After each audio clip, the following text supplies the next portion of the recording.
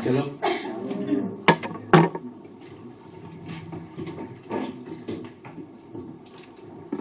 Saya benar-benar minta perhatian karena jujur saya lagi ngalamin satu kesulitan banget bagaimana cara menjelaskan. Saya tahu alurnya kemana, saya tahu, saya ngerti, tapi gimana caranya supaya supaya saudara bisa ngerti. Cuman Tuhan yang bisa melakukannya deh. Saya juga nggak ngerti, benar. Gini, manusia terdiri atas 3 bagian: roh, jiwa, dan tubuh. Coba lihat di 1 Tesalonika 5 ayat 23. 1 Tesalonika 5 ayat yang ke-23. 1 Tesalonika 5 ayat 23. Semoga Allah damai sejahtera menguruskan kamu seluruhnya, dan semoga roh, jiwa, dan tubuhmu terpelihara sempurna dengan tak bercacat pada kedatangan Yesus Kristus Tuhan kita. Roh, jiwa, dan tubuh. Kita terdiri dari 3 bagian. Ini si ucok ini terdiri dari 3 bagian, yaitu roh, jiwa, dan tubuh.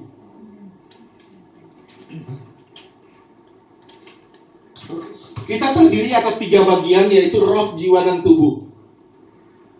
Kita bisa membedakan antara tubuh dengan roh dan jiwa. Tapi terkadang manusia jiwani dan manusia rohani itu ngeblend sampai kita nggak ngerti bagaimana cara membedakannya. Bagaimana cara membedakan apa yang dari roh dan apa yang dari jiwa. Apa yang dari roh dan apa yang dari jiwa.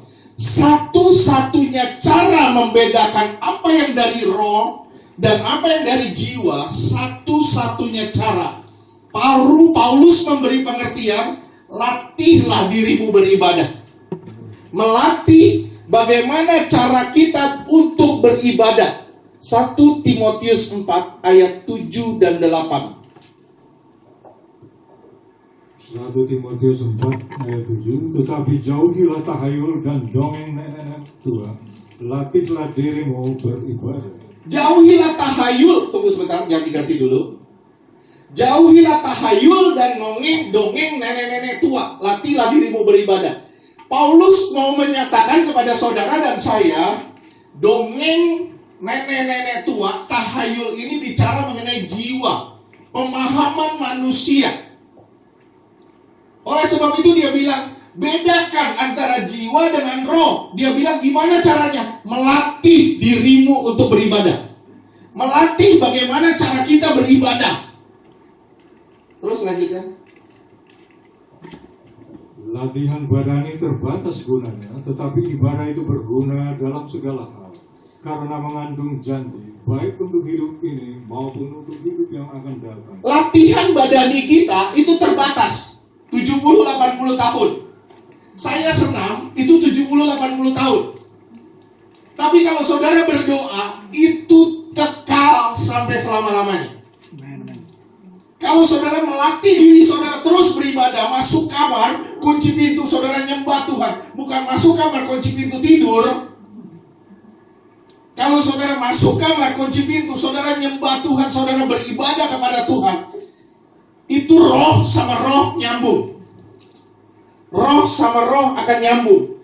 Semakin lama saudara melatih diri saudara untuk beribadah ini, semakin lama saudara melatih diri saudara untuk beribadah, saudara akan mempunyai kepekaan roh.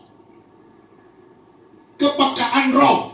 Kepekaan roh bagaimana? Kepekaan roh itu tidak tergantung dari jiwa manusia. Dari jiwa manusia, saudara dengar baik-baik dulu, nanti saya akan jelaskan. Jiwa manusia itu berdasarkan pertimbangan, emosi dan sebagainya. Kenyamanan, apa yang enak, apa yang baik menurut kita, itu tidak tergantung dari sana. Tapi ketika saudara melatih diri saudara beribadah, saudara akan tahu mana yang benar, mana yang salah.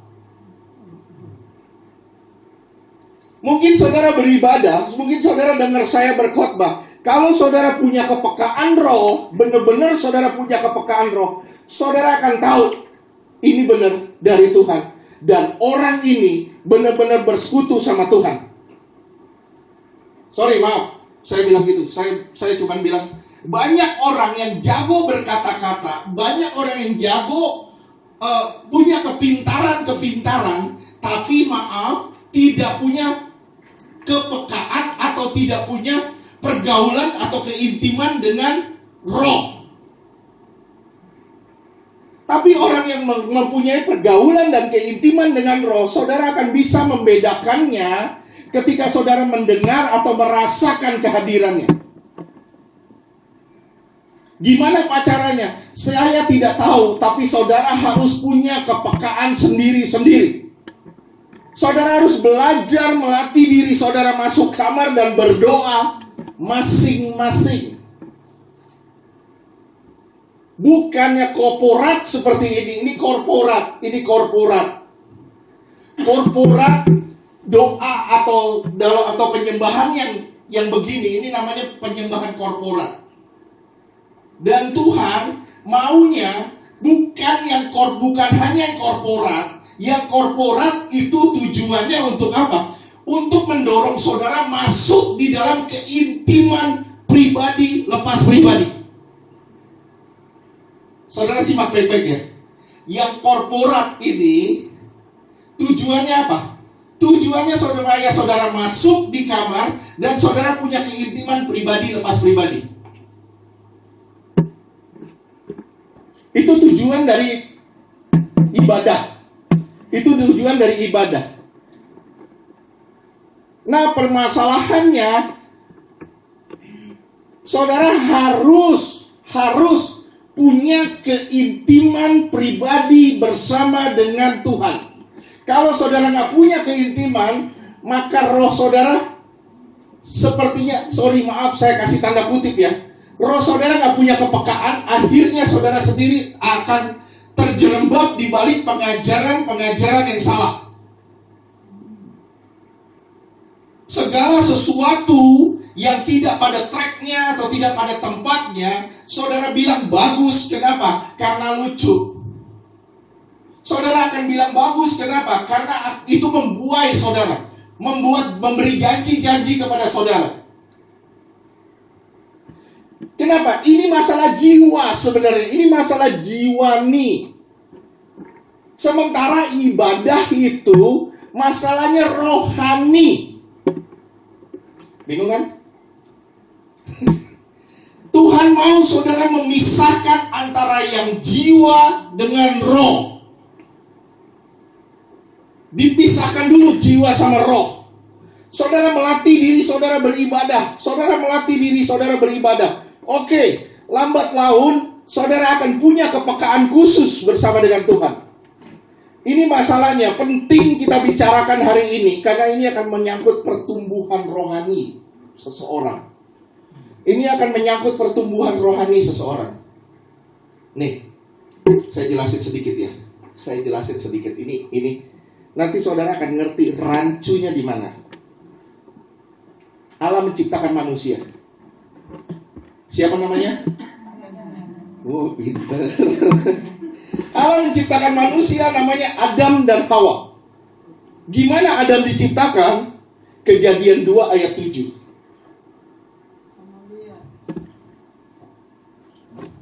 Kejadian 2 ayat 7. Ketika itulah Tuhan Allah membentuk manusia itu dari debu tanah dan menghembuskan nafas hidup ke dalam hidungnya. Demikianlah manusia itu menjadi makhluk yang hidup. Makhluk yang hidup. Nih, ya saya jelasin ya. Allah menciptakan manusia dari debu tanah, dikasih nafas. Kasih nafas. Debu tanah, tubuh daging dikasih nafas kehidupan. Itu tubuh berbaur dengan roh, itu jadi jiwa. Tubuh yang berbaur dengan roh jadi jiwa. Oleh sebab itu, di Kejadian 2 ayat 7 di sini dibilang menjadi makhluk yang hidup. Kalau saudara telusuri baik-baik bahasa aslinya, itu bukan makhluk yang hidup, tetapi jiwa yang hidup.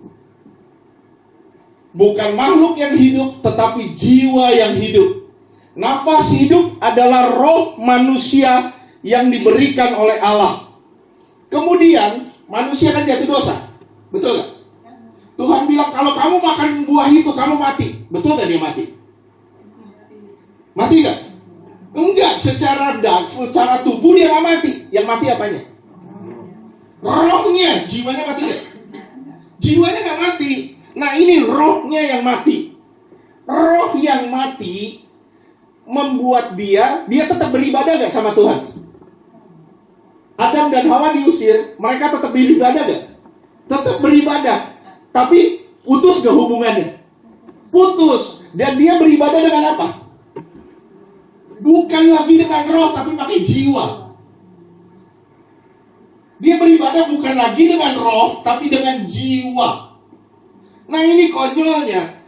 Nah orang akan beribadah dengan jiwanya. Beribadah dengan jiwanya. Begitu dia beribadah dengan jiwanya, akhirnya apa? Rohnya sebenarnya udah mati. Nah Tuhan datang, Tuhan memberi saudara hidup lagi. Kasih nafas, hidup lagi. Saudara dilahirkan dari roh, menjadi manusia roh. Nah saudara, ini masalahnya. Sementara saudara sudah ngeracik tubuh dengan jiwa yang selama ini dipakai untuk ibadah. Nah Tuhan pisahin. Gimana caranya? Tuhan kasih firman. Ibrani 4 ayat 12 dan 13. Ibrani 4 ayat 12. Sebab firman Allah hidup dan kuat dan lebih tajam daripada pedang bermata dua manapun. Ia menusuk amat dalam sampai memisahkan jiwa dan roh, sendi-sendi dan sumsum. Ia sanggup membedakan pertimbangan dan pikiran hati kita. Dia pisahin. Firman Allah datang, just. Dia pisahin roh dari jiwa. Terpisah di roh sama jiwa. Akhirnya apa? Manusia yang sudah biasa beribadah dengan jiwa, akhirnya tetap beribadah dengan jiwa. Dia tetap mau ngeroh, tapi jiwanya tetap dipakai terus untuk beribadah. Sementara Tuhan bilang, kalau kamu beribadah kepada Tuhan, beribadahlah dalam roh, bukan dalam jiwa. Nah banyak orang nggak connect begitu ibadah. Kenapa? Karena rohnya nggak pernah dilatih untuk beribadah di rumah. Ketika rohnya yang tidak pernah dilatih, begitu sampai di satu ibadah, saudara nggak terlatih dengan ibadah roh. Saudara terlatih dengan ibadah jiwani. Nah, bingung kan? Saya lihat jangan stres gitu mukanya ya, santai aja. Soalnya saya lagi bingung gimana cara ngejelasinnya nih. Kira-kira ngerti gak sampai sini? Jelas? Wah, puji Tuhan kalau jelas. Nah gini loh, saya ini udah terbiasa menyembah Allah dengan jiwa saya. Saya udah terbiasa. Tuhan hadir dalam hidup saya lahir baru. Begitu saya lahir baru, Tuhan kasih nafas hidup ke saya. Tuhan kasih rohnya ke saya. Begitu Tuhan kasih rohnya ke saya, roh saya mulai hidup. Dan roh ini yang sebenarnya harus connect dengan Allah, bukan jiwa. Bukan jiwa, salah. Banyak orang connect dengan Allah dengan jiwa. Nah sekarang kita lihat dulu apa yang dimaksud dengan roh. Saudara lihat di Yohanes 4 ayat 24. Roh itu adalah nafas dari Allah, atau roh itu adalah kehidupan yang dari Allah. Allah itu roh, dan barang siapa Roh huruf besar, terus dan barang siapa menyembah dia harus menyembah dalam roh dan kebenaran. Menyembah dalam roh huruf kecil dan kebenaran. Jadi kalau saudara menyembah Tuhan, saudara tidak menyembah dengan jiwa. Salah.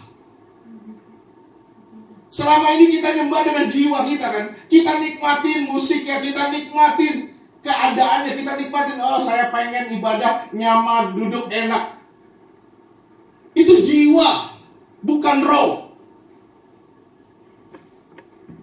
Saudara dengar firman yang lucu-lucu, itu jiwa yang dihibur, bukan roh.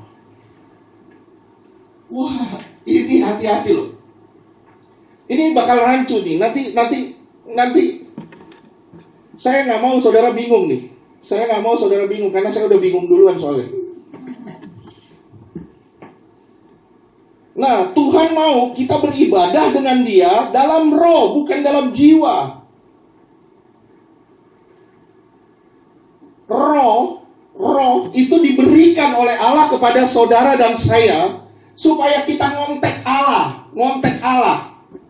Bukan dengan jiwa kita. Tapi Pak, gimana kalau jiwa kita lagi tertekan? Selalu jiwa saudara lagi bermasalah, saudara susah untuk nyembah Allah. Betul gak?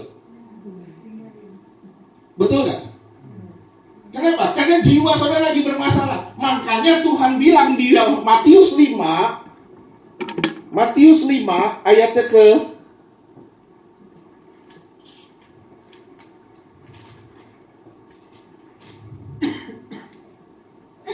23.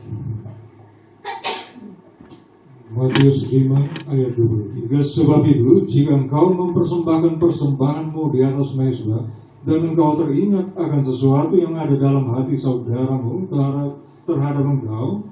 Ini, saudara mau nyembah Tuhan dalam roh, betul gak? Tapi ada jiwa saudara lagi bermasalah sama orang lain.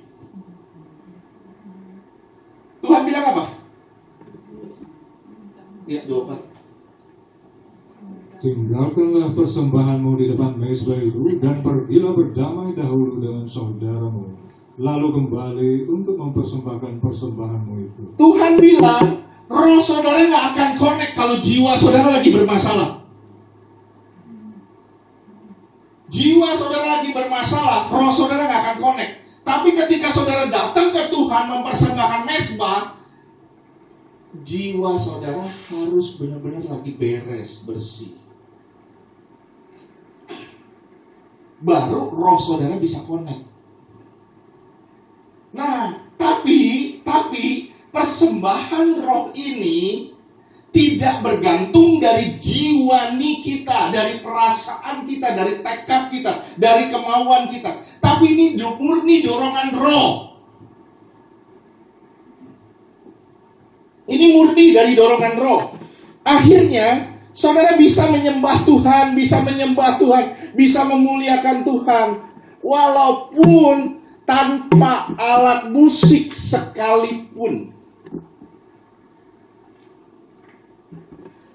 Tanpa instrumen apa-apa sekalipun, saudara di kamar, saudara bisa nyembah Tuhan, saudara bisa ngerasain hadirat Tuhan. Kenapa hal ini terjadi? Satu, jiwa saudara bersih. Kedua, saudara mengontek Dia dalam roh. Jadi, jiwa itu bisa sebagai penghalang. Dia menghalangi, dia berdiri begini, dia menghalangi roh saudara untuk nyembah Tuhan. Ngerti gak sih? Saudara mau keluar nih, saya halangi. Misalnya, Ibu Oma Syul mau keluar, dia mau ngobrol sama Alis ada di depan. Saya halangin. Saya ibaratkan diri saya jiwanya, jiwa yang lagi bermasalah. Alis saya ibaratkan Tuhan. Oma Syul saya ibaratkan manusia roh. Kalau jiwanya lagi bermasalah, dia menghalangi Oma untuk bicara dengan anaknya di depan.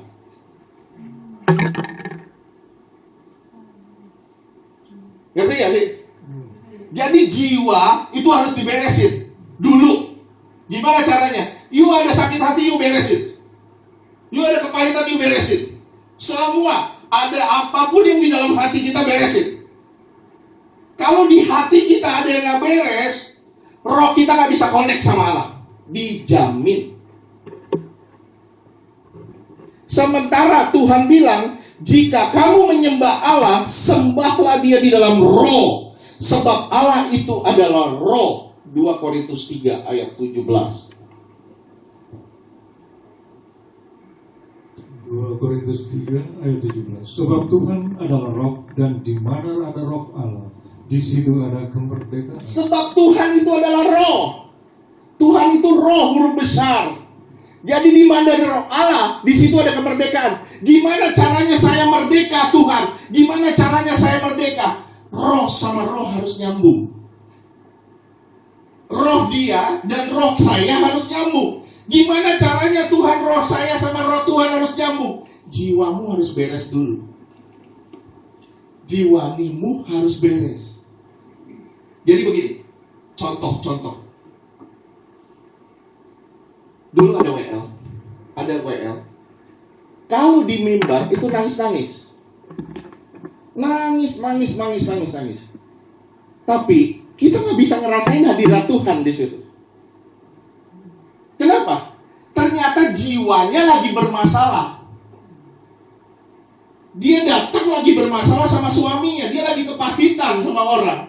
Begitu sampai di mimbar, dia nangis bukan merasakan jamahan roh, tapi jiwanya lagi nangis. Kita kalau punya kepekaan roh, saudara akan bisa merasakan itu jiwani, bukan rohani. Oleh sebab itu, selalu saya ngomong sama saudara, siapapun yang mau naik mimbar, entah dia WL, entah dia singer, entah dia pemusik, kalau jiwa saudara bermasalah, beresin dulu.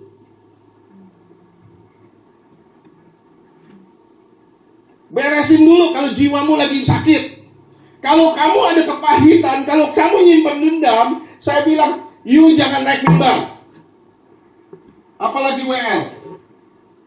Jangan naik mimbar, beresin dulu, baru you naik. Silakan. Kenapa? Karena kamu akan membawa hadirat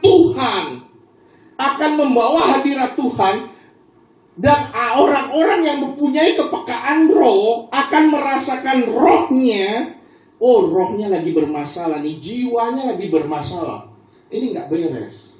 Tapi satu syarat saya kasih tanda kutip, roh saudara harus benar-benar peka. Saudara nggak boleh main di jiwa. Kalau saudara main di jiwa, nanti saudara akan rancu. Wah, saya nggak ngerasain apa-apa. Saya kurang rasain apa-apa. Kenapa? Karena saudara ngerasainnya dengan jiwa. Kalau saudara ngerasain dengan roh, saudara akan punya kepekaan khusus di situ.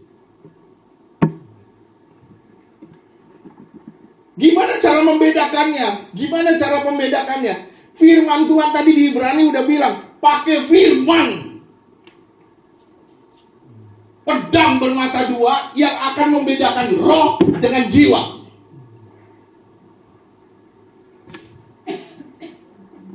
Yuk kita teruskan. Masih berada di bumi? Masih ikut saya? Masih? Nah, yuk sekarang lihat 2 Korintus 3 ayat 17. 2 Korintus 3 ayat 17. Sebab Tuhan adalah roh, dan di mana ada roh Allah, di situ ada kemerdekaan. Yohanes 3 ayat 6.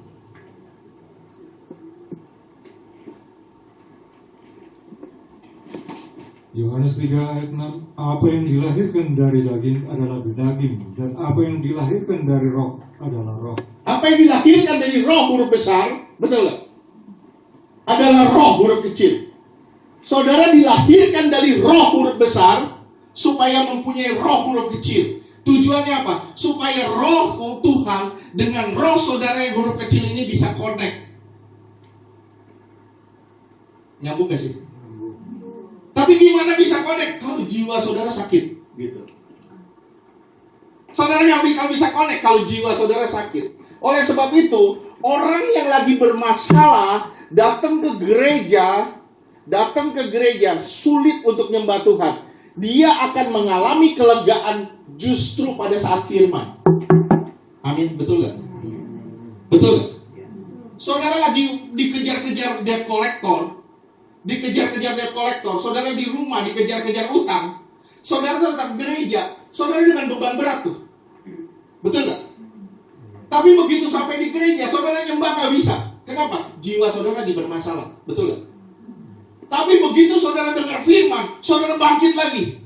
Setelah firman, baru saudara bisa nyembah Tuhan. Nah, itu dia. Kenapa? Jiwa saudara dipulihkan sama firman yang tadi dibilang. Ibrani 4 ayat 12-13 tadi dibilang, dipisahin roh sama jiwa.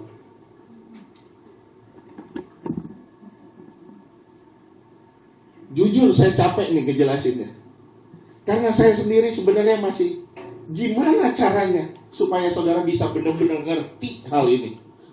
Supaya saudara benar-benar bisa memisahkan antara roh dengan jiwa. Tujuannya cuma di situ. Kalau saudara bisa ngerti ini, saudara masuk di kamar saudara, saudara kunci pintu, saudara bisa ngalamin hadirat Tuhan sendiri. Saudara bisa ngalamin hadirat Tuhan dimanapun saudara berada. Betul gak? Saudara baca buku Smith Wigglesworth, itu tahun 1918 atau 1908 gitu. Dia nyembah Tuhan tanpa bersuara di kereta api, di atas satu rel kereta api. Dia nyembah sendiri, dia diam tanpa suara. Saudara tahu apa yang terjadi? Satu gerbong terima Yesus. Kenapa bisa terjadi begitu? Kenapa bisa terjadi kebangunan seperti itu? Satu, roh sama roh connect. Yang kedua, jiwanya tidak bermasalah. Itu dia. Jadi kenapa Pak saya susah banget nyembah Tuhan, susah banget masuk dalam hadirat Tuhan? Kenapa saya bisa nyembah secara korporat? Kenapa di rumah saya gak bisa nyembah? Jiwamu ada masalah. Oleh sebab itu, beresin masalah jiwa ini dulu. Tuhan datang memoles jiwa saudara sampai saudara menjadi pribadi yang baru. Setelah jiwa saudara diproses sampai saudara tunduk kepada roh, dan di situ saudara menjadi manusia roh. Oke, sampai sini ngerti? Yesus datang mati supaya orang percaya selamat.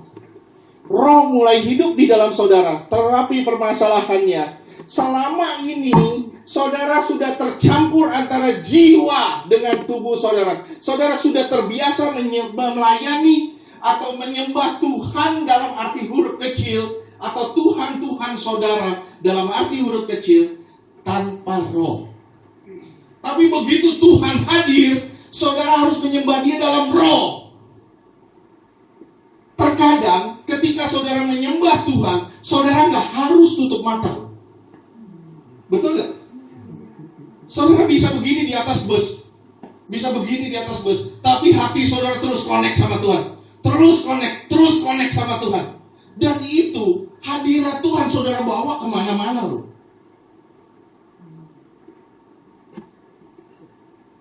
Ini sebenarnya trik penyembahan yang benar. Kalau saudara masuk ke dimensi ini, saudara akan membawa hadirat Tuhan kemanapun saudara pergi. Saudara bisa merasakan hadirat Tuhan bahkan pada saat macet sekalipun. Pada saat saudara dipepet kanan, dipepet kiri, saudara tetap bisa, Tuhan terima kasih. Saudara bisa bilang, terima kasih Yesusku, terima kasih. Saudara bisa menikmati hadirat Tuhan walaupun ada banyak polisi di depan saudara.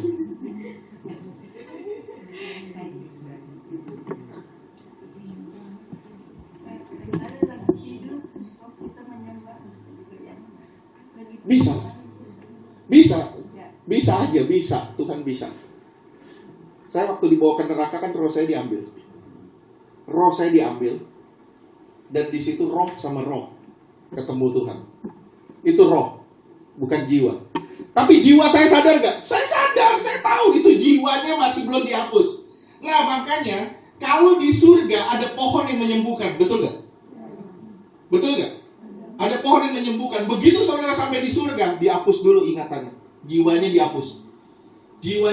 Begitu jiwa saudara dihapus, nyampe di sana saudara akan bilang, Yogo itu bukan teman pelayanan saya, tapi Yogo itu saudara saya. Begitu saya ketemu di surga, semua jadi saudara. Tiba-tiba kita semua kenal yang selama ini di bumi gak kenal.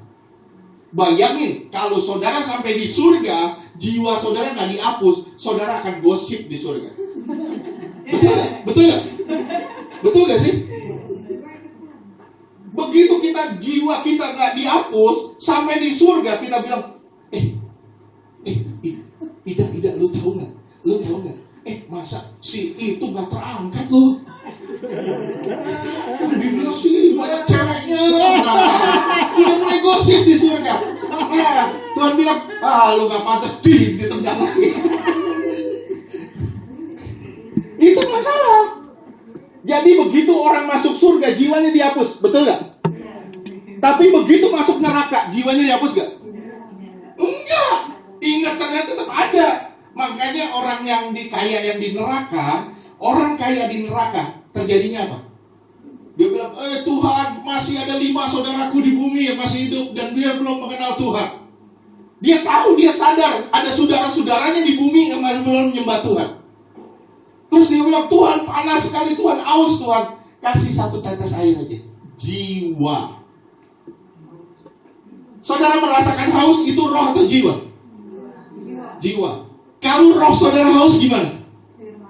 Nah, itu dia. Kalau roh saudara haus, saudara akan cari Tuhan. Saudara akan nyembah Tuhan. Itu roh saudara yang haus. Tapi kalau jiwa saudara yang haus, saudara bilang, Tuhan beri 1 tetes air saja Tuhan. Halo, sampai sini ngerti gak? Ngerti gak? Ya, puji Tuhan. Kalau nggak ngerti, angkat tangannya.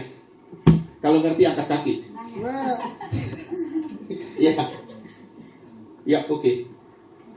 Tuhan mengampuni kita dan melupakan segala kejahatan kita karena Tuhan itu Maha Kasih. Iya, betul. Itu masukan, bagus. Sekarang saudara lihat lagi satu lagi ya. Ini masalah Abraham dan Ishak. Kalau saudara melayani dalam roh, saya kasih tahu, benar-benar saudara melayani dalam roh, saudara akan tahu mana kehendak Allah dan mana kehendak manusia. Mana yang roh, mana yang jiwa.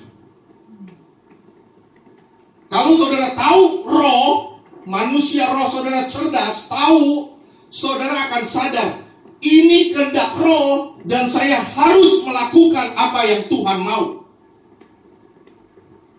Bukan kehendak saya lagi, tapi sudah kehendak Tuhan.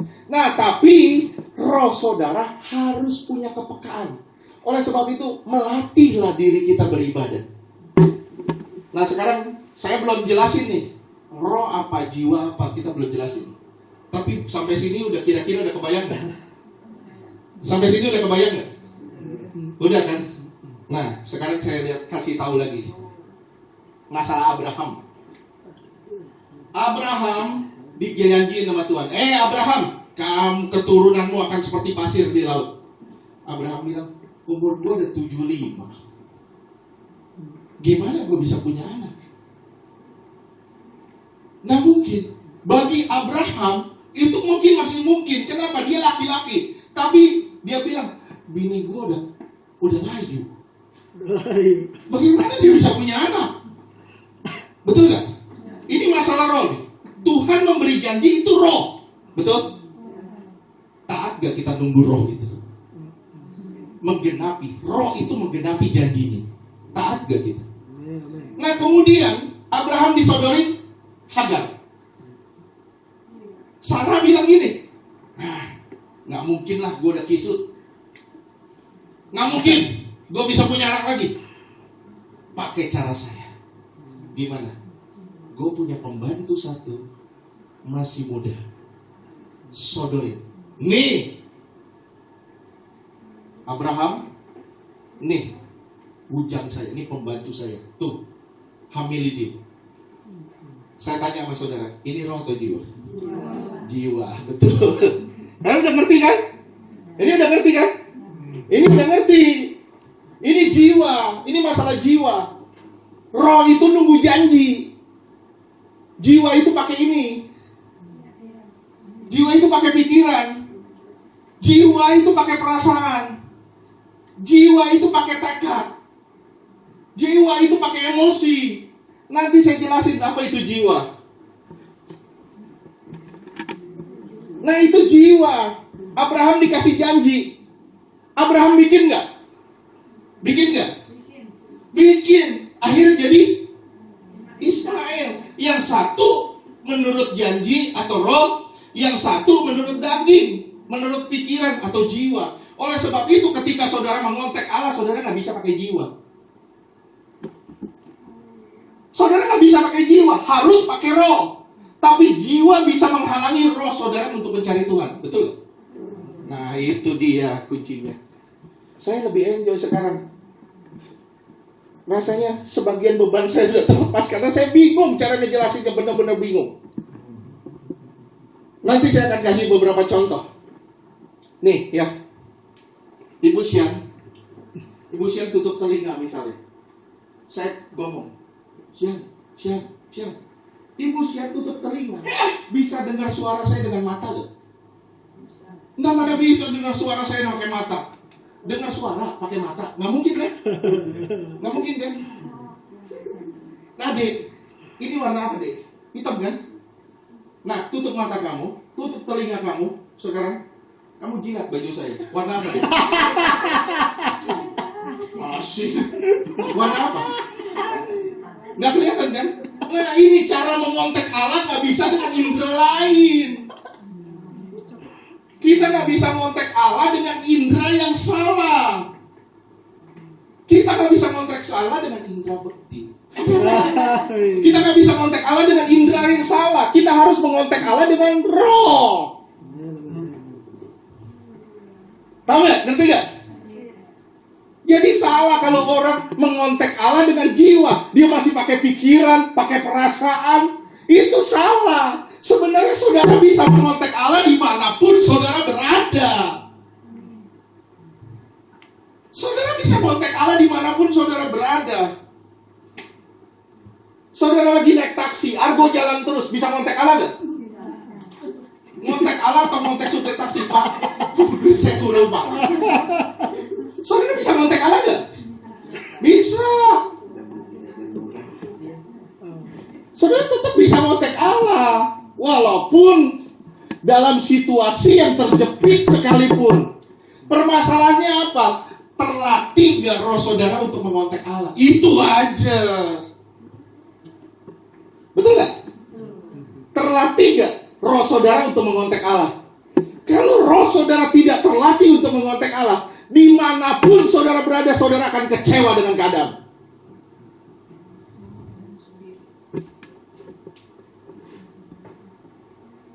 Oleh sebab itu, nih, saya dorong saudara nih. Saya dorong saudara nih hari ini. Gimana? Saya dorongnya apa? Saya dorong saudara punya keintiman dengan Allah masing-masing. Gimana caranya? Baca firman. Belajar firman benar-benar. Karena hanya firman yang bisa memisahkan antara roh dan jiwa. Karena hanya firman yang bisa memisahkan antara roh dan jiwa saudara. Ketika roh dan jiwa saudara terpisah, saudara akan mengontek Allah dengan cara yang benar. Adik bisa melihat, nih, lu lihat deh, baju gue warnanya apa? Oh, hitam garis-garis. Kenapa? Dia mengontek saya, mengontak matanya untuk melihat baju saya. Betul gak? Tapi dia gak bisa mengontak baju saya atau ngelihat baju saya dengan lidahnya. Dia jilatin gitu. Gak mungkin dia bisa tahu warnanya apa, bentuknya seperti apa. Dekor lidahnya gitu. Gak bisa, dia gak bisa. Dia hanya bisa mengonteknya dengan indera yang benar. Begitupun kita hanya bisa mengontek Allah dengan cara yang benar. Dengan cara yang salah, kita gak bakal bisa kontak Allah. Amin. Amin. Oleh sebab itu dibutuhkan ketertundukan saudara dengan Allah. Sekarang baca Galatia 4. Mulai dari ayatnya ke-21. Galatia 4 ayat 21, katakanlah kepadaku, hai kamu yang mau hidup di bawah hukum Taurat, tidakkah kamu mendengarkan hukum Taurat? Ya, terus. Bukankah ada tertulis bahwa Abraham mempunyai 2 anak, seorang dari perempuan yang menjadi hambanya dan seorang dari perempuan yang merdeka? Iya, terus. Tetapi anak dari perempuan yang menjadi hambanya itu diperanakan menurut daging. Saudara nggak bisa mengontak Allah berdasarkan daging. Sekali lagi, saudara nggak bisa masuk di dalam pelayanan menurut jiwa saudara. Carol nggak bisa masuk di mesbah, dia bawa WL, jadi WL, pakai jiwanya. Nggak bisa. Akhirnya dia pakai perasaan. Dia nyembah, dia bingung sendiri akhirnya. Naik gak sih? Naik gak sih hadirat Tuhan? Gak bisa. Saudara akan terbelenggu di situ. Betul gak, Carol? Suka begitu gak? Suka ngerasain seperti itu gak? Pasti kita pernah ngerasain seperti itu. Ya, pemain musik saya tanya, pernah gak ngerasain seperti itu? Naik gak sih? Akhirnya terintimidasi loh. Tapi saya ngundang saudara nih, kalau saudara masing-masing di tempat ini punya keintiman sendiri-sendiri dengan Tuhan, saudara pun akan membawa hadirat Tuhan masing-masing dimanapun saudara berada. Nanti suatu hari misalnya sampai kita ibadah, plak mati lampu, saudara tetap bisa nyembah Tuhan. Amin kan? Saya pernah ngalamin hal itu soalnya. Satu kali saya cerita. Waktu itu kita jadi tim pelepasan satu hamba Tuhan dari Korea. Dia ngadain KKR di satu tempat.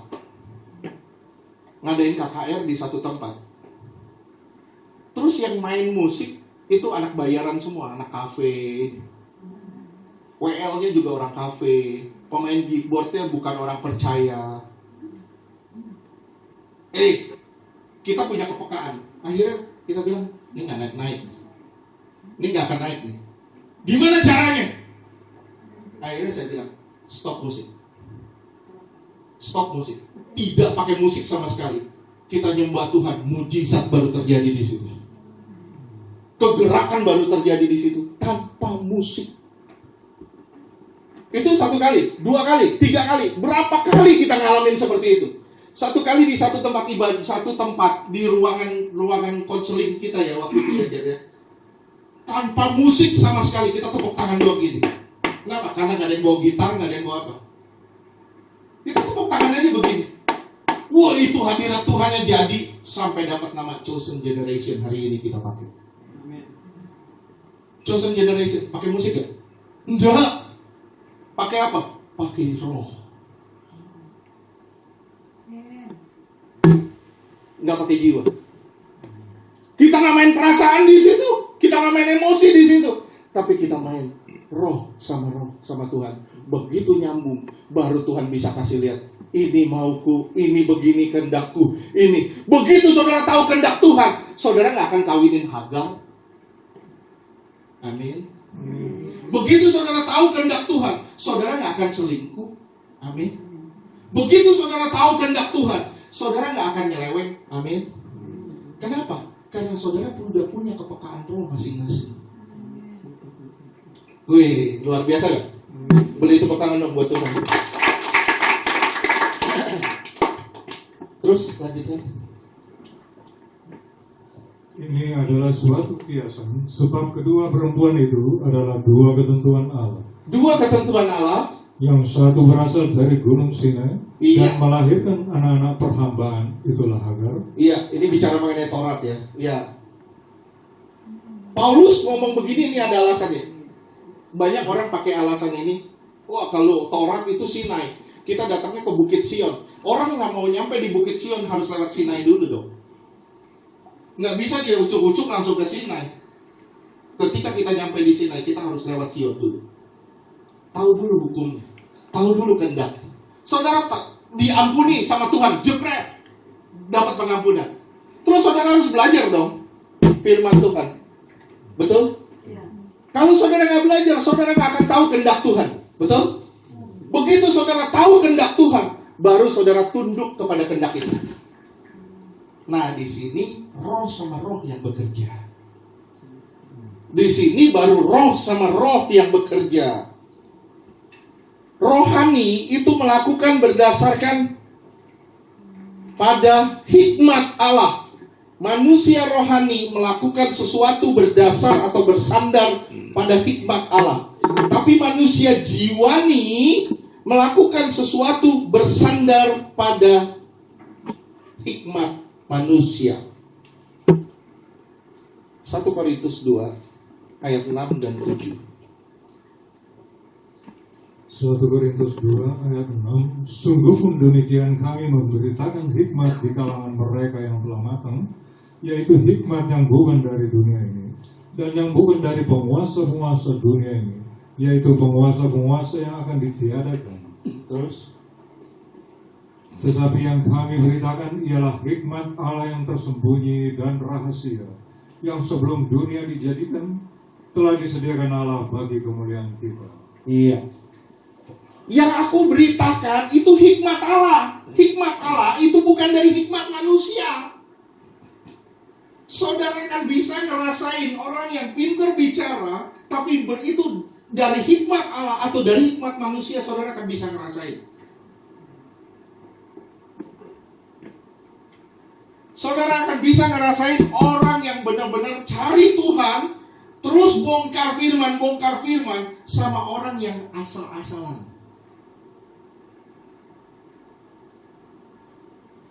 Saudara akan tahu gimana caranya membedakan mana yang dari Tuhan, mana yang bukan dari Tuhan. Siapapun yang berdiri di mimbar ini, saya bilang sama saudara, uji. Gimana Pak caranya? Saudara harus punya keintiman sendiri-sendiri sama Tuhan. Saudara harus punya keintiman sendiri-sendiri sama Tuhan. Kalau ngomongnya berkat mulu, saya bilang itu yang dimanjain jiwa saudara. Itu yang dimanjain siapa? Jiwa kita. Tapi kalau saya hantam terus, tujuannya apa? Supaya roh saudara baik, supaya jiwa saudara sembuh dan roh saudara bisa menyembah Tuhan. Beri kemuliaan buat Tuhan.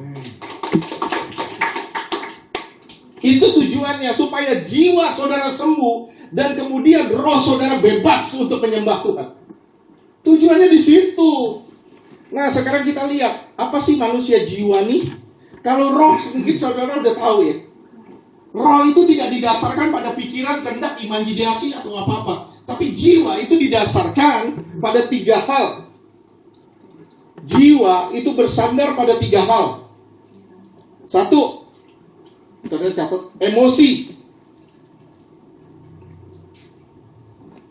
Emosi. Di balik emosi ada rasa kangen. Ada rasa kangen. Kedua, di balik emosi ada rasa benci. Ada rasa cinta. Ada rasa suka.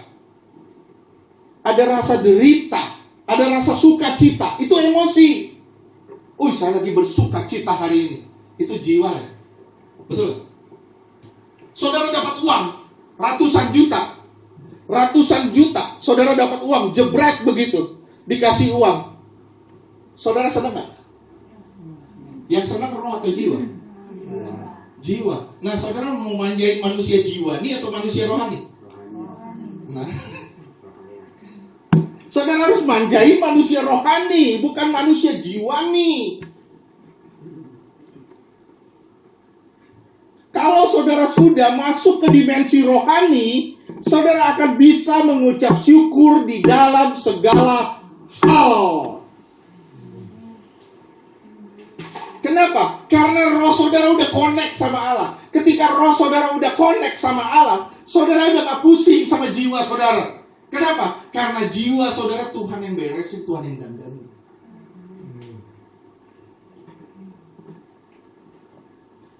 Oke.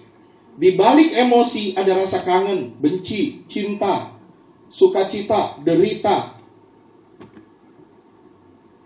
Terus yang kedua, jiwa yang kedua itu menyangkut pikiran. Pikiran. Di pikiran. Amsal 19 ayat 2. Amsal 19 ayat 2. Tanpa pengetahuan kerajinan pun tidak baik. Orang yang tergesa-gesa akan salah langkah. Tanpa pengetahuan. Ini bicara mengenai jiwa. Jiwa ini bicara mengenai pikiran. Jiwa bicara mengenai pikiran. Jiwa bicara mengenai pemahaman. Jiwa bicara mengenai ide. Jiwa bicara mengenai pertimbangan. Jiwa juga bicara mengenai konsep. Sampai sini ngerti gak?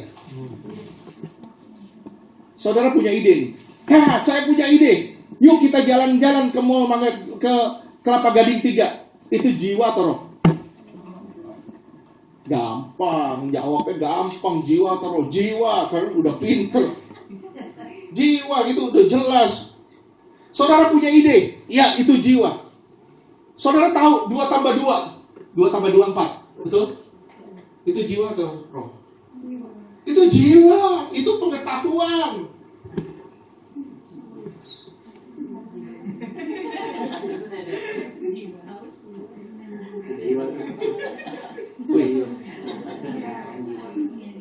Wih.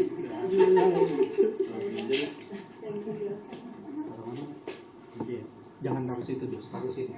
Taruh di mulut saya.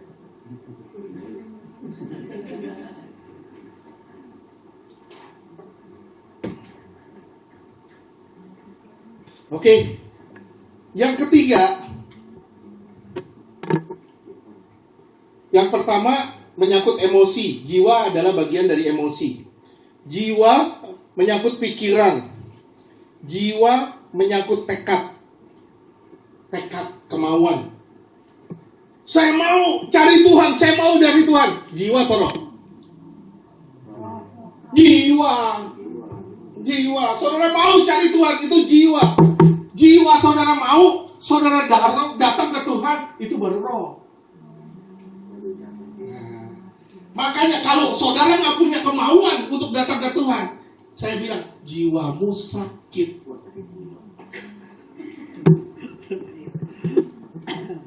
Ngerti gak sih? Bener gak sih yang saya ngomong?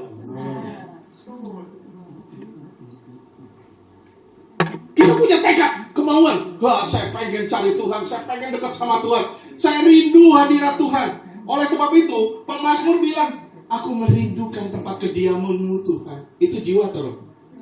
Jiwa. Begitu dia datang ke hadirat Tuhan, dia nyembah Tuhan, itu jiwa atau roh?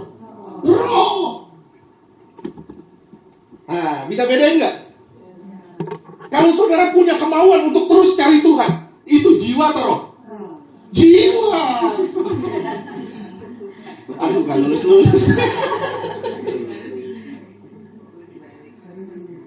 Ya, kita punya kemauan untuk terus-menerus cari Tuhan. Jiwa atau roh? Jiwa. Kalau saudara nggak punya kemauan, sakit gak jiwanya? Sakit jiwa. Jiwanya sakit di situ. Jiwa yang sakit harus disembuhin. Gimana cara nyembuhinnya? Nih, kasih nih obatnya. Ini obat jiwa. Jiwa saudara sembuh, saudara akan masuk kamar, saudara nyembah Tuhan, saudara cari Tuhan, bukan cari cewek, bukan cari pacar. Saudara cari Tuhan, masuk kamar saudara cari Tuhan. Di situ jiwa saudara, roh saudara mengalami pemulihan. Terus bersekutu sama Tuhan. Akhirnya Paulus bilang apa? Latihlah dirimu beribadah. Itu roh saudara terus nyambung sama Tuhan. Lama-lama jiwa saudara makin lama makin pulih. Saudara punya pikiran, saudara punya emosi, saudara punya tekad atau kemauan, semuanya udah dikendalikan sama Allah. Amin ya? Ngerti ya? Ngerti ya? Kayaknya saya gak bakal selesai hari ini karena masih haus ya jiwanya. Masih haus ya? Jiwanya masih haus supaya rohnya bisa nyembah Tuhan. Betul gak? Nah ini loh masalahnya, banyak orang kebablasan gak ngerti jiwa sama roh. Banyak orang kebablasan, akhirnya apa? Nggak ngerti yang namanya manusia rohani sama manusia jiwani, nggak ngerti. Akhirnya apa? Dia ngontak Allah dengan jiwa. Salah.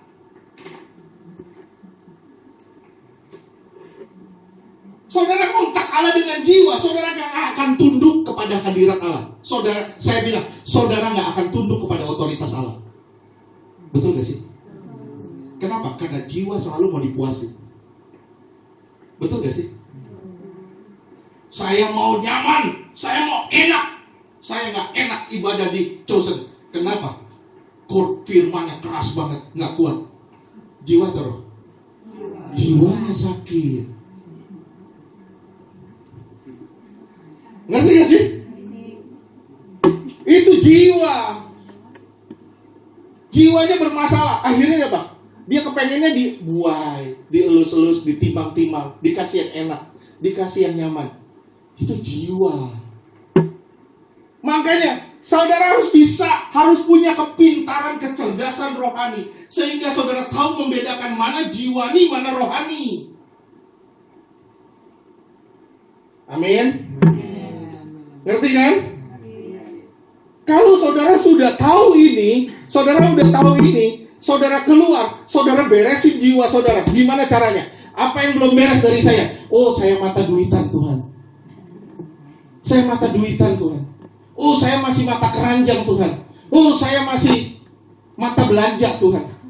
Masih suka belanja Tuhan. Oh, saya masih suka gosip Tuhan. Oh, saya masih ini. Saudara bilang, jiwaku masih sakit. Saya harus beresin sama Tuhan supaya rohku bisa ngontek Allah. Amin. Kalau saudara jiwanya beres, saudara ngontek Allah dengan leluasa. Saudara bisa ngalamin hadirat Tuhan, even tanpa musik sekalipun. Saudara akan ngerasain hadirat Tuhan. Saya bilang ya, dimanapun saudara berada. Saudara nggak usah nyalain mobil, saudara nggak usah nyalain apa. Saudara naik motor, saudara naik Gojek, misalnya, saudara bisa nyembah Tuhan. Itu tukang ojek bisa kepenuhan. Kenapa? Dia ngerasain hadirat Tuhan dari belakang. Apa digoyang-goyang. Dikira belakangnya dia epilepsi. Tapi dia ngerasain hadirat Tuhan dari belakang. Ini kan luar biasa. Pernah nggak ngalamin begini? Belum. Mau nggak coba? Ini jangan kaget kalau sampai tukang ojek nanti bertaubat terima Yesus. Bisa bayangin nggak? Saudara dimanapun saudara berada, saudara nyembah Tuhan. Kenapa? Jiwa saudara nggak sakit, itu yang satu. Dua, roh saudara ngontak terus sama Allah. Roh saudara kontak dengan Allah. Roh sama roh nyambung. Tuhan bilang, gue nyambung nih sama lu ya. Lu jadi mempelai gue deh. Kenapa? Gue nyambung sama lu. Nah, gimana mau jadi mempelai kalau saudara nggak nyambung sama dia? Gimana cara nyambungnya? Saudara harus masuk di dalam latihan rohani. Nggak bisa nggak? Masuk dalam latihan rohani. Gimana caranya, Pak? Nih, hantem nih firman. Baca terus dengerin firman, terus denger firman, terus baca firman, terus baca firman.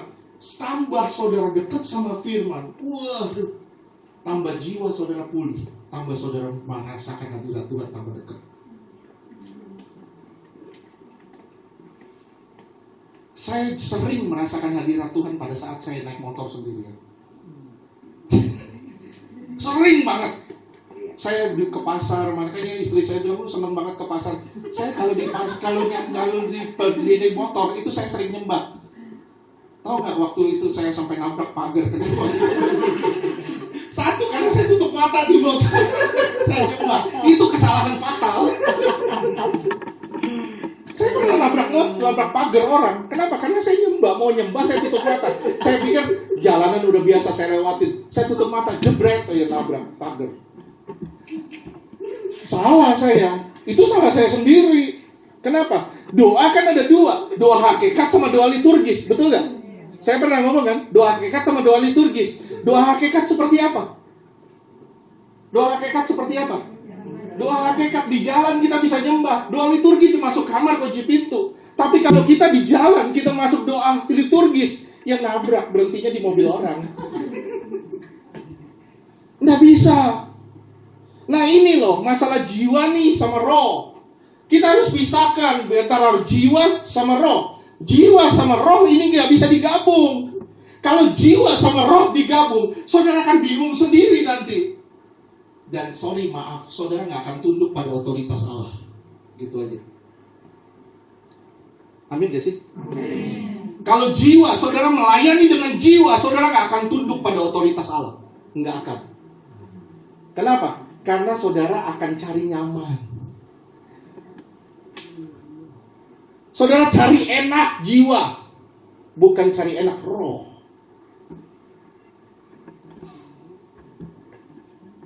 Amin. Nah, ini masalahnya.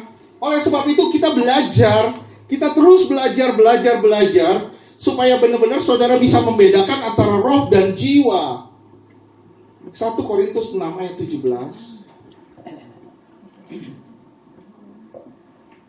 1 Korintus 6 ayat 17. Tetapi siapa yang mengikatkan dirinya pada Tuhan menjadi satu roh dengan Dia. Rohnya huruf besar, huruf kecil.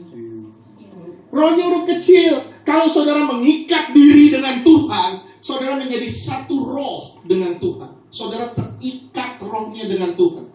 Kalau saudara terikat rohnya dengan Tuhan, saudara akan terus merasa kangen sama Tuhan. Amin. Saudara akan terus merasa kangen sama Tuhan. Dimanapun saudara berada, saya kepengen nih, lagi pengen baca Alkitab nih. Saya lagi pengen nih, saya pengen nyembah nih, saya pengen nyembah. Apa harus saudara lari ke ini dulu, ke mana? Ke satu tempat supaya saudara nyembah? Enggak. Dimanapun saudara berada, saudara bisa nyembah. Saudara bisa nyembah di WC umum nggak? Bisa. Ucok yang bilang tuh bisa. Bisa, saudara bisa nyembah di mana aja. Kenapa? Karena roh kita itu nggak terbatas. Dimanapun saudara mau nyembah, saudara bisa nyembah. Saya tanya sama saudara. Abraham sudah ada alat musik belum dia nyembah Tuhan? Belum. Kok dia bisa begitu intim ya sama Tuhan? Saya tanya nih, Nuh, nyembah Tuhan pakai musik gak? Kok dia bisa intim ya sama Tuhan? Kenapa? Udah satu roh sama Tuhan. Kalau orang sudah satu roh sama Tuhan, dia gak perlu alat musik lagi.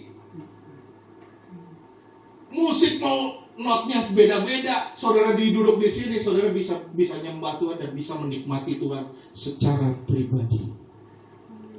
Tanpa saudara sadari, musik kacau balau, saudara nyembah di sini, orang bisa ngerasain hadirat Tuhan. Kenapa? Karena saudara ngeroh sama Tuhan dan orang bisa merasakan hadirat itu dari diri saudara.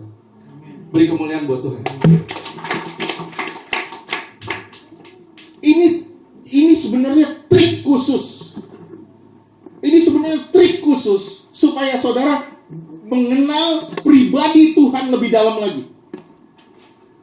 Supaya saudara benar-benar bisa mengenal pribadi Tuhan lebih dalam lagi. Oleh sebab itu, jangan ibadah pakai pikiran saudara.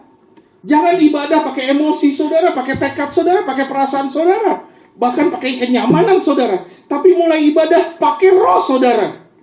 Di sini akan muncul kepekaan dari diri saudara, bukan sekedar pemahaman atau perasaan kita. Oleh sebab itu, diperlukan latihan badani supaya saudara bisa ketemu Tuhan dimanapun saudara berada. Gimana caranya? Mulai dari firman, terus baca firman, terus kenal firman, sampai saudara menyatu dengan firman. Begitu firman saudara di dalam saudara dan saudara ada di dalam firman, saudara menjadi satu roh dengan Dia. Amin. Saya begini. Saya kasih contoh. Saya udah satu roh sama istri saya karena saya sudah diberkati. Betul gak? Nah, kalau saya gak punya rasa kangen sama istri saya, berarti jiwa saya sakit. Betul gak sih? Nah, seorang suami gak kangen sama istri, dia kangen sama perempuan lain, berarti jiwanya sedang sakit. Betul gak sih? Betul gak? Atau istrinya yang sakit gitu aja? Dua-dua sakit. Bukan pura-pura sakit. Betul gak sih? Betul. Kenapa? Karena sudah satu roh. Nah kalau belum satu roh gimana? Lah Pak, suami saya gak kangen Pak sama saya. Ya doain lah. Kenapa? Jiwanya lagi sakit. Kamu harus doain dia supaya dia sembuh. Kalau dia sembuh, dia akan kangen kamu. Amin. Kalau dia sembuh, dia akan kangen kamu.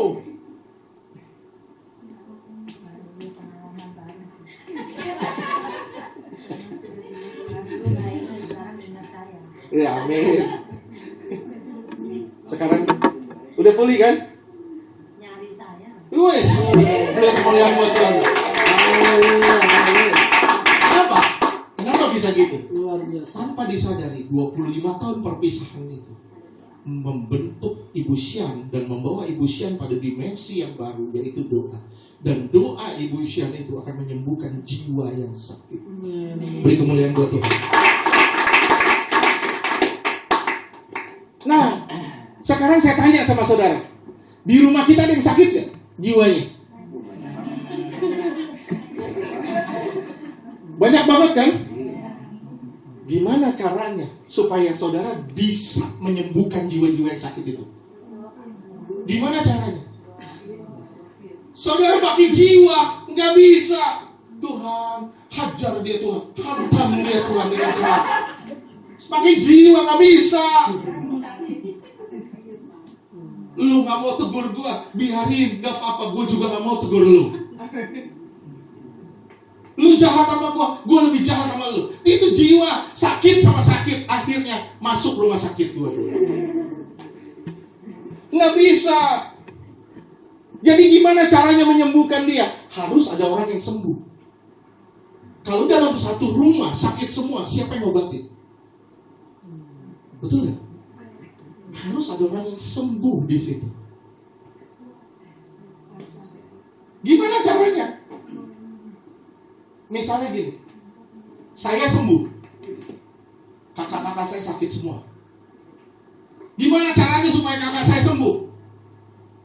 Sayanya harus sembuh, jiwa saya harus sembuh, supaya saya bisa ngontak Allah, supaya saya mengikat diri saya dengan roh Allah. Begitu roh Allah mengikat dengan saya akan menyembuhkan jiwa-jiwa yang sakit di sekitar saya.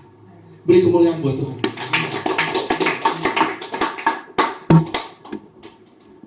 Sebenarnya ini konsep dasar. Jujur saya ngomong sama saudara, jujur, baru ngerti gak sih? Baru kan? Baru tahu yang model begini. Jadi gimana nih caranya? Ada keluarga kita yang masih sakit, gimana caranya? Sembuhin diri kita dulu. Kita gak bisa nyembuhin orang lain dengan cara kitanya sendiri sakit.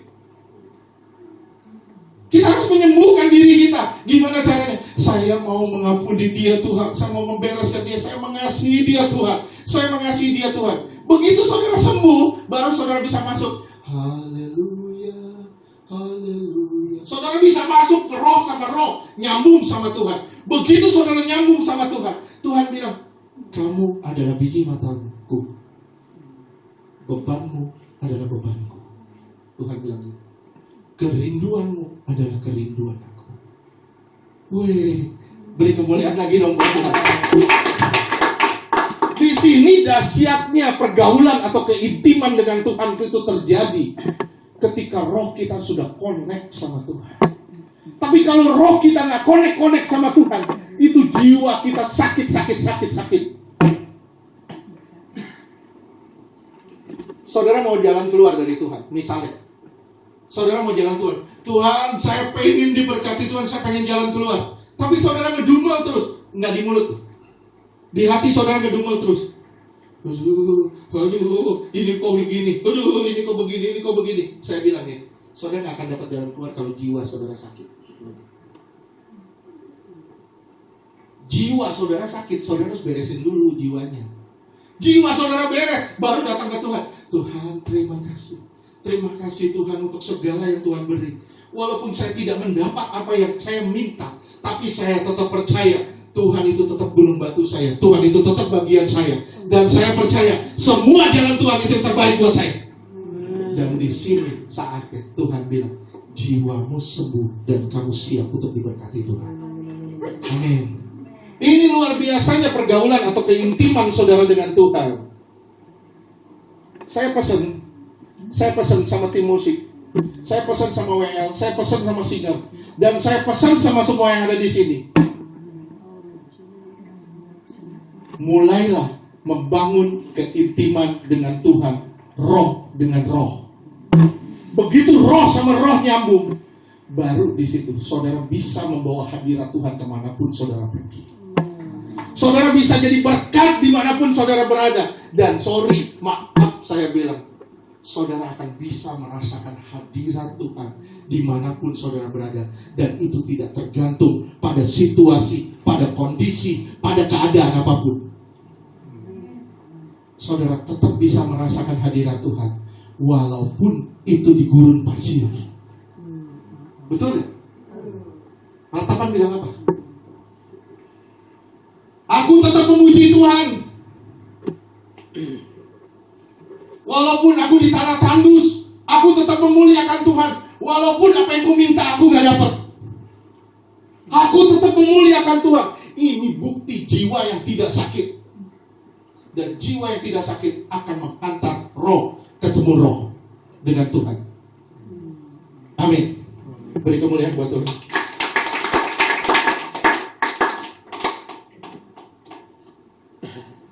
Udah selesai. Masih mau ya? Sebenarnya bahannya masih banyak, tapi udah. Terus. Udah 1 jam lebih. Betul, 1 jam lebih. Cepet banget ya. Hah? Betul ya, 1 jam sekian ya.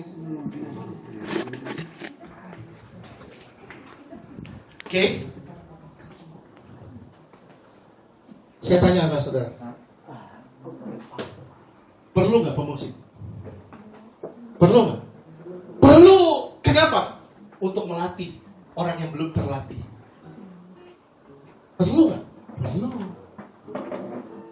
Tapi ketika saudara sudah terlatih, pemusik itu jadi bagiannya aja. Tapi hadirat Tuhan sudah ada di diri saudara sendiri. Hadirat Tuhan sudah ada di diri saudara sendiri. Ini luar biasanya. Tuhan mau menyontek dia tanpa jiwa, tidak dengan jiwa tapi dengan roh.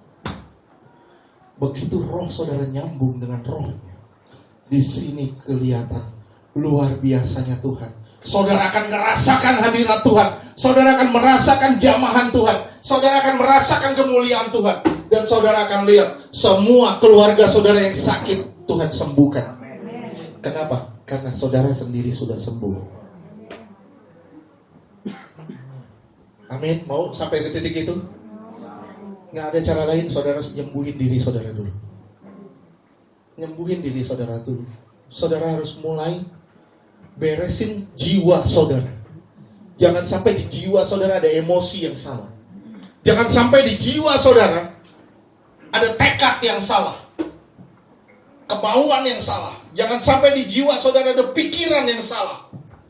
Saudara harus beresin ini semua. Baru saudara datang ke Tuhan. Dan saudara akan menikmati hadirat Tuhan pribadi lepas pribadi. Coba deh. Hanya dekat Allahku. Buat kebenaran-Mu. Terima kasih Tuhan buat keberadaanmu dalam hidup kami. Tidak ada yang lebih indah selain Engkau Tuhan. Engkaulah tujuan hidup kami. Engkaulah segalanya bagi kami. Engkaulah kekuatan kami, gunung batu kami. Engkaulah kota benteng kami. Terima kasih Tuhan, Kau buka terus Tuhan kebenaran demi kebenaran Tuhan.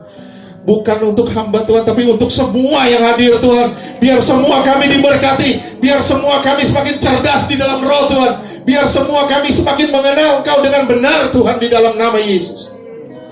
Tuhan berbicara terus Tuhan di dalam nama Yesus. Kami siap untuk mendengar-Mu Tuhan. Di dalam nama Tuhan Yesus. Sebentar kami akan memberikan persembahan Tuhan. Tuhan, kami mau memberi yang terbaik buat Tuhan. Di dalam nama Bapa, Anak dan Roh Kudus, yaitu di dalam nama Tuhan Yesus Kristus. Berkati tangan yang memberi atau yang belum bisa memberi.